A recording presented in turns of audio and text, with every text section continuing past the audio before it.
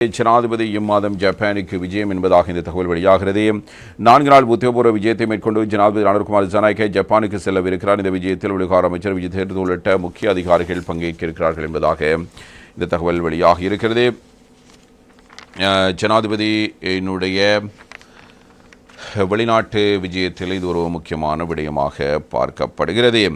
இது தொடர்பில் வெளியாக இருக்க தகவலை பார்க்கும்போது இம்மாதம் 22ஆம் தேதி இடம்பெறவுள்ள இந்த விஜயத்தின் போது இரு நாடுகளுக்கும் இடையில் பொருளாதார ஒப்பந்தங்கள் கைச்சாத்திடப்பட்டுள்ளதாக வெளிவிகார அமைச்சு கூறியிருக்கிறது.